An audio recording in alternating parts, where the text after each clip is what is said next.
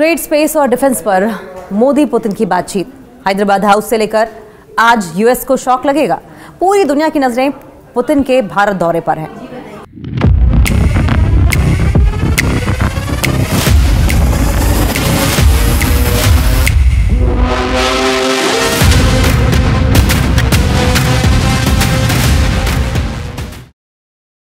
मोदी और पुतिन की मुलाकात से भारत रशिया संबंध मजबूत होंगे। दोनों देश रक्षा, अंतरिक्ष और आर्थिक सहयोग बढ़ाएंगे, जिससे पश्चिमी देशों पर निर्भरता घटेगी।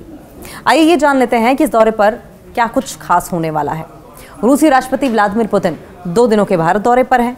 भारत अमेरिका के टैरिफ तनाव और यूक्रेन युद्ध को लेकर रूस की अमेरिका समेत पश्चिमी देशों से दूरी के बीच यह दौरा बेहद अहम माना जा रहा है। भारत पर 25% टैरिफ लगाते हुए ट्रंप ने दावा किया था कि भारत की रूस से तेल खरीद यूक्रेन संघर्ष के लिए फंड प्रदान करती है, जिसकी वजह से भारत पर 25% अतिरिक्त लेवी लगाई गई है। हालांकि भारत का कहना है कि उसका तेल खरीद पूरी तरीके से राष्ट्रीय हितों पर आधारित है। अमेरिका और यूरोपीय संघ ने भी रूसी तेल कंपनियों पर सैंक्शंस लगाए हैं। पुतिन का 2021 के बाद भारत का ये पहला दौरा है। अमेरिका और यूरोपीय संघ ने यूक्रेन युद्ध के चलते रूस पर भारी सैंक्शंस लगाए। चीन, उत्तर कोरिया और ईरान के साथ भारत भी रूस के लिए एक बड़ा बाजार है, जो उसकी अर्थव्यवस्था को संभालने में मदद कर सकता है। पुतिन के भारत दौरे का मुख्य फोकस क्या रहा? रक्षा सहयोग, अंतरिक्ष सहयोग, आर्थिक संबंध, $100 बिलियन के व्यापार लक्ष्य पर रहने की उम्मीद, क्योंकि दोनों ही देश अपनी डिपेंडेंसी पश्चिमी देशों से कम करने की कोशिश कर रहे हैं। रक्षा सहयोग में क्या कुछ खास रहने वाला है? सुखोई 57, Su-57 का जॉइंट प्रोडक्शन करना एजेंडे में सबसे ऊपर रहेगा। एयर, नेवल, मिसाइल प्लेटफॉर्म के लिए गहरे मिलिट्री सहयोग और टेक्नोलॉजी ट्रांसफर पर भी बातचीत होने की उम्मीद है। रूस की संसद के निचले सदन स्टेट ड्यूमा ने सोमवार को मिलिट्री सहयोग पर एक एग्रीमेंट को मंजूरी दी है, जिसका मकसद दोनों देशों की सेनाओं की ड्रिल, बचाव, मानवीय प्रयासों को आसान बनाना। रशिया और इंडिया को एक दूसरे की जमीन पर कानूनी तौर पर सैनिक और उपकरण तैनात करने की इजाजत भी मिल जाएगी। भारत सरकार ने रशिया सहित मित्र देशों की रक्षा कंपनियों को सरकार की मेक इन इंडिया के तहत भारतीय कंपनियों के साथ मिलकर काम करने को कहा है। भारत में रूस के राजदूत डेनिस एलिपोव ने 5वीं पीढ़ी के सुखोई Su-57 के जॉइंट प्रोडक्शन के लिए बातचीत भी पुष्ट की है। रूसी सरकारी हथियार निर्यातक रोसोबोरोनेक्सपर्ट ने कथित तौर पर दुबई एयर शो में भारतीय मीडिया के सामने अपनी क्षमताओं के बारे में एक प्रेजेंटेशन दी थी। स्पेस में बढ़ेगा सहयोग। रूसी अंतरिक्ष एजेंसी रोसोस्मोस के चीफ ने कहा है कि रूस का भारत के साथ साझेदारी में इंजन बनाना, रॉकेट फ्यूल, इंसानों वाली space light, national orbital station का डेवलपमेंट भी शामिल किया जाएगा। नई दिल्ली और मॉस्को ने 1960 के दशक की शुरुआत से ही अंतरिक्ष सेक्टर में पार्टनरशिप की है।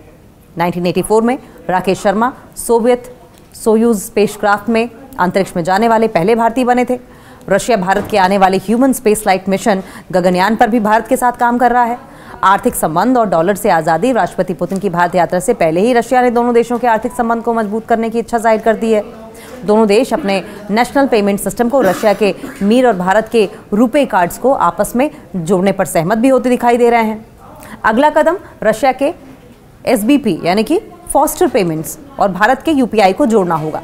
इसके अलावा दोनों देशों के व्यापार भी रूसी रूबल और भारतीय रुपए में कम करने के लिए बढ़ा दिया गया है, जिसमें 90% लेन देन अब राष्ट्रीय मुद्राओं में हो रहे हैं।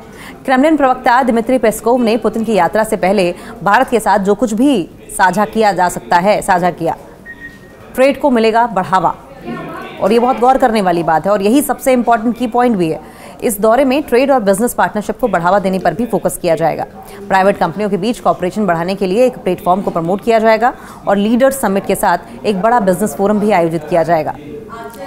लक्ष्य क्या है, एम क्या है? दोनों देशों के बीच ट्रेड को बढ़ाना और उसमें वैरायटी लाना, जैसे कि रूस को भारत से इक्विपमेंट, रॉ मटेरियल और फूड प्रोडक्ट्स के एक्सपोर्ट्स को बढ़ाने पर जोर दिया जाएगा।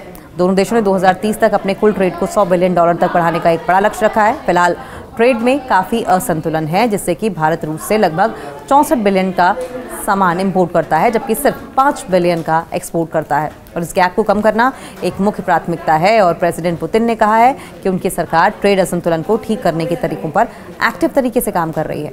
संबंधों में और भी मजबूती आने की बात कही जा रही है। पुतिन की यात्रा सालाना हाई लेवल समिट की परंपरा की वापसी का भी संकेत है।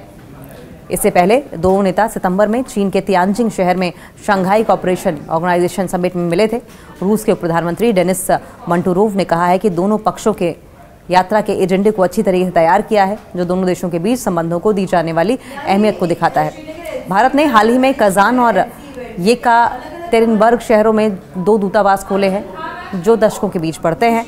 राजनयिक सहयोग का संकेत है। अब सवाल यह है कि इस यात्रा के मायने क्या है। 2022 में यूक्रेन युद्ध बढ़ने के बाद ये पुतिन की भारत की पहली विजिट है। ये यात्रा रूसी तेल कंपनियों पर अमेरिकी सैंक्शंस और तेल खरीदने के लिए भारत पर लगाए गए दंडात्मक टैरिफ के बैकग्राउंड में हो रही है। अमेरिका को भारत का एक्सपोर्ट कम हो गया है, हालांकि ये अभी भी देश का सबसे बड़ा एक्सपोर्ट मार्केट है। भारत टैरिफ कम करने के लिए अमेरिका के साथ एक ट्रेड ट्रीटी पर बातचीत कर रहा है, जबकि मॉस्को ने ट्रेड असंतुलन को ठीक करने का वादा किया है। भारत और रूस को दोनों देशों के बीच व्यापार, सैन्य और आर्थिक संबंधों को बढ़ावा देने के लिए बातचीत करते समय एक नाजुक डिप्लोमेटिक लाइन पर चलना होगा।